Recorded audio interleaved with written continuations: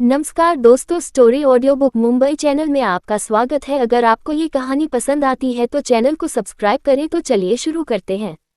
Rawat industry में दूसरी ओर Rawat industry की हालत बिल्कुल बिगड़ चुकी थी।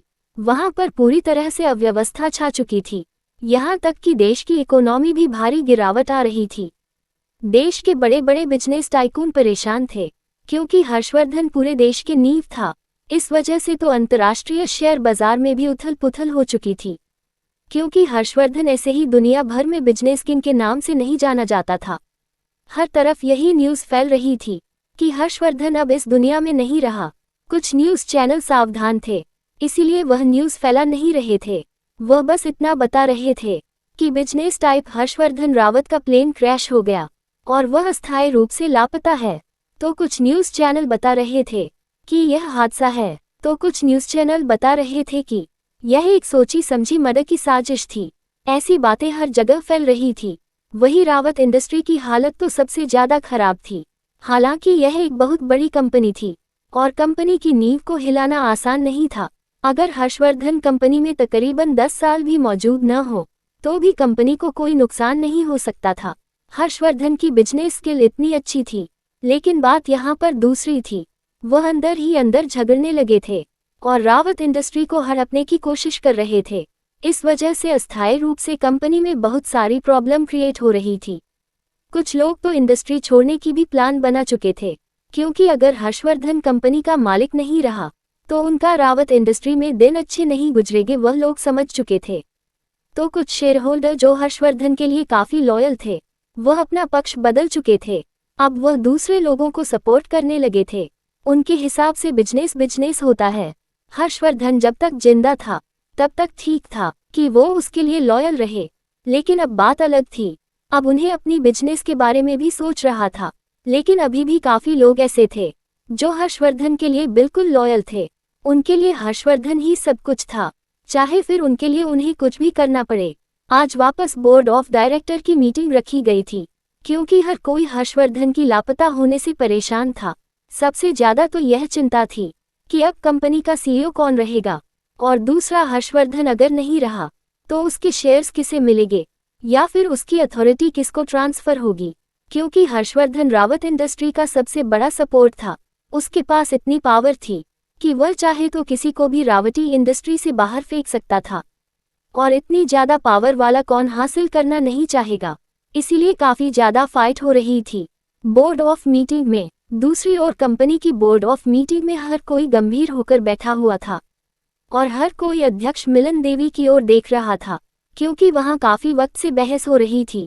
कुछ लोग कह रहे थे कि कंपनी के सीईओ को बदल जाना चाहिए और अब हर्षवर्धन के सौतेली चाचा को ये पोस्ट दे देनी चाहिए। तो कुछ लोग कह रहे थे कि वह उसके लायक नहीं है। उन लोगों के पास कुछ और अपने खास लोग थे जो कंपनी के सीईओ के लिए चुने गए थे। तो कुछ लोग कह रहे थे कि मिस्टर हर्षवर्धन की पोस्ट ऐसे ही रहनी चाहिए, हमें अस्थायी रूप से किसी को सीईओ पोस्ट दे देनी चाहिए। हर कोई अपने अपने डिसीजन बता रहा था और आखिरी डिसीजन तो मिलन देवी का ही होने वाला था। मिलन देवी कब से वहां पर बैठी हुई थी। वह अपनी सख्त नजरें सब पर डालते हुए गंभीर आवाज में बोली, क्या हर्षवर्धन के बारे में कोई खबर मिली? इतना बोलकर वह सेक्रेटरी रजत की ओर एक नजर डालते हैं, क्योंकि वह जानती थी कि सबसे ज्यादा सेक्रेटरी रजत को ही हर्षवर्धन के बारे में पता होगा। सेक्रेटरी रजत सिर झुकाकर बोला, माफ कीजिए चेयरमैन, लेकिन अभी तक हमें इस बारे में कोई खबर नहीं मिली है। हमारी टीम पता लगाने की कोशिश कर रही है। ये सुनकर वो बाकी शेयर होल्डर की ओर देखकर बोली, अभी के लिए सारे काम ऐसे ही चलेंगे। हर्षवर्धन के सारे काम सेक्रेटरी रजत देखेंगे। एक बार हमें हर्षवर्धन के बारे में पता चल जाए, उसके बाद आगे का डिसीजन लेंगे। ये सुनकर हर्षवर्धन के सौतेले चाचा खड़े हुए और गंभीर आवाज में बोले, मॉम आप इस तरह से नहीं कह सकती। कंपनी को सीईओ की जरूरत है, बिना सीईओ के कपड़े नहीं चल सकती। आपको अभी के लिए किसी को सीईओ नियुक्त कर देना चाहिए। वैसे तो कहना चाहता था कि मैं इस कंपनी का सीईओ बन जाता हूँ, यहाँ सबसे ज्यादा काबिल में ही हूँ, लेकिन अगर वह ऐसा बोलता तो अच्छा नहीं लगता, इसीलिए चुप रहा। दूसरा शेयर होल्डर भी बोल पड़ा, मिस्टर जयेश बिल्कुल सही कह रहे हैं, अभी के लिए हमें उन्हें ही सीईओ बना देना चाहिए। वह इस कंपनी को बहुत अच्छे से जानते हैं और वह आपके परिवार के सदस्य भी है। उनके पास काफी एक्सपीरियंस भी है। वह इस पोस्ट के लिए बिल्कुल सही है। तभी दूसरे शेयर होल्डर भी बोल पड़े, सही बात है, मैं तो कहता हूँ परमानेंटली इन्हीं को सीईओ बना दीजिए। वैसे भी हर्षवर्धन इस दुनिया में नहीं है, तो हम कंपनी को लावारिश नहीं छोड़ सकते हैं। वही यह सुनकर कुछ लोगों अजीब नजरों से देखने लगे, क्योंकि किसी ने नहीं सोचा था कि कोई इतना बोल्ड हो सकता है। सबसे ज्यादा गुस्से में तो सेक्रेटरी रजत था, जो अपनी खतरनाक नजरों से उस शेयर होल्डर को घूर रहा था। पर उसकी हिम्मत कैसे हुई उसके बॉस के बारे में इतनी घटिया बात कहने की। उसने मन ही में डिसाइड कर लिया था कि इस शेयर होल्डर को वह अच्छा सबक सिखाएगी। दूसरे लोग भी जब उस शेयर होल्डर का सपोर्ट करने लगे, लेकिन एक शेयर होल्डर बोल पड़ा, हमें यह मंजूर नहीं है। अब तक हमें मिस्टर हर्षवर्धन के बारे में कुछ जानकारी नहीं मिली है। जब तक हमें बाकी इन्फॉर्मेशन नहीं मिलती, तब तक हमें चालबाजी नहीं करनी चाहिए। लेकिन कुछ लोग अभी भी मानना नहीं चाहते थे, इसीलिए उन्होंने लास्ट ऑप्शन वोटिंग का चुनाव किया। थोड़ी ही देर में सबने वोट कर दिया। इस बार भी पिछली बार की तरह ही था। आधे लोग हर्षवर्धन के साथ ही थे, तो आधे उसके खिलाफ थे। लेकिन अभी भी अध्यक्ष का वोट बाकी था। वैसे तो मीनल देवी हर्षवर्धन के लिए परेशान थी, लेकिन वह अपनी कंपनी के भी बारे में सोच रही थी। उनका आखिरी वोट ही डिसाइड करने वाला था कि अभी अभी क्या सिचुएशन आएगी। मीनल देवी जो हमेशा ही अपने परिवार को सबसे ऊपर मानती थी, उसने आज भी परिवार के लिए ही सोचा। उसने बिना कुछ सोचे समझे जयेश रावत के पक्ष में वोट कर दिया, क्योंकि उसे पता था कि कंपनी सीईओ के बिना नहीं चल सकती, और अगर सीईओ की पोस्ट ज्यादा वक्त खाली रही तो बाहर वाले लोग उस पर अपनी नजरें रखेंगे।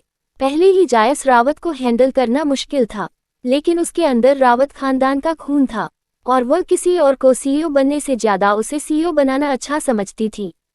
ये सुनकर जयेश रावत तो खुशी से फूला नहीं समा रहा था। उसे लग रहा था कि अब ये कंपनी उसे मिल जाएगी। तभी उन सब के कानों में गंभीर आवाज आई, लेकिन अभी भी प्रेसिडेंट हर्षवर्धन के वोट इसमें गिना नहीं गया। उनके पास भी शेयर है। ये सुनकर जयेश रावत बोला, इसमें सोचने वाले क्या बात है। प्रेसिडेंट अगर मैं बन रहा हूँ तो जाहिर सी बात है, प्रेसिडेंट की सारे शेयर्स भी मैं ही हैंडल करूंगा। ये सुनकर सेक्रेटरी रजत के चेहरे पर मजाकिया मुस्कान आ गई। वो जयेश रावत का मजाक उड़ाते हुए बोला, मिस्टर रावत, लगता है आप कुछ ज्यादा ही सपने देख रहे हैं। प्रेसिडेंट के शेयर्स कोई ऐसी चीज नहीं है जो किसी के भी हाथ आ जाए और कोई भी उसे पर नजर टिका सके। ये सुनकर हर कोई अब सेक्रेटरी रजत की वह देखने लगा, क्योंकि जाहिर सी बात थी, हर्षवर्धन कोई कच्चा खिलाड़ी नहीं था। तभी सेक्रेटरी रजत गंभीर आवाज में सबकी ओर देखकर बोला, प्रेसिडेंट ने पहले ही अपनी विल बना ली थी, और इस हिसाब से उनकी अगली नॉमिनी उनकी वाइफ है, मिसेस अनाया हर्षवर्धन रावत। वही कंपनी के लोगों को हर्षवर्धन की शादी के बारे में नहीं पता था, इसलिए हर कोई अविश्वास से रजत को देख रहा था। वही मीनल देवी को भी यकीन नहीं हो रहा था कि हर्षवर्धन इतना बड़ा कदम उठा सकता है। उसे तो अब गुस्सा आ रहा था, क्योंकि हर्षवर्धन ने उसके खिलाफ जाकर इतना बड़ा काम किया था। वह कंपनी के हिस्से को किसी के भी हाथ नहीं आने देना चाहती थी। उसके हिसाब से रावत खानदान का कोई ही रावत खानदान की प्रॉपर्टी को हासिल कर सकता था, और हर्षवर्धन का ये करना उसके चेहरे पर किसी तमाचे की तरह लगा था। वह गंभीर आवाज में बोली, ऐसा नहीं हो सकता रजत। रजत भी सीरियस होकर माफी मांगने के अंदाज में बोला, माफ करना मैम, यही सच है, और लेडी बॉस ने पहले ही बता दिया था कि बोर्ड ऑफ मीटिंग में उनका डिसीजन क्यों होगा। उनके हिसाब से सीईओ की पोस्ट किसी के भी नाम नहीं जाएगी। वह बस स्थायी रूप से किसी सीईओ को हायर करेंगे। अभी भी मिस्टर जयेश रावत सीईओ रह सकते हैं, जब तक बॉस नहीं आ जाते। वैसे भी बॉस दूसरे सबसे बड़े शेयर होल्डर के भी शेयर के राइट रखते हैं। इसी वजह से यहाँ बैठे हर किसी से ज्यादा शेयर उन्हीं के पास है, और उनके सारे राइट उनकी वाइफ के पास चले गए हैं। हम उनकी बात को काट नहीं सकते। ये सुनकर मिलन देवी की मुठिया कस गई। उन्हें अपनी बेइज्जती से महसूस हुई, लेकिन वो कुछ कह नहीं सकती थी, इसलिए गुस्से में खड़ी हुई और सबको देखकर बोली, ठीक है, अगर हर्षवर्धन ने पहले ही ऐसा डिसाइड कर लिया है तो अस्थायी रूप से जयेश कंपनी संभालेगा। बाकी के डिसीजन अगले बोर्ड ऑफ मीटिंग में होंगे। इतना बोलकर वो गुस्से में वहां से चली गई। पीछे सभी लोगों को सदमे में देखकर कुछ लोग सदमे में थे हर्षवर्धन की दादी की न्यूज से, तो कुछ लोग डरे हुए थे। वहीं रावत तो नफरत में डूबा हुआ था, जो सोच चुका था कि वो अब हर्षवर्धन की बीवी को मार देगा, क्योंकि अभिभूत उसे इस बारे में पता नहीं था। क्या अनाया का कोई नया डायना बना है? ये क्या होगा आगे कंपनी की हालत? और क्या हर्षवर्धन वक्त और वापस आएगा? अगर आपको अगला एपिसोड चाहिए तो लाइक करें, कमेंट करें और चैनल को सब्सक्राइब करें।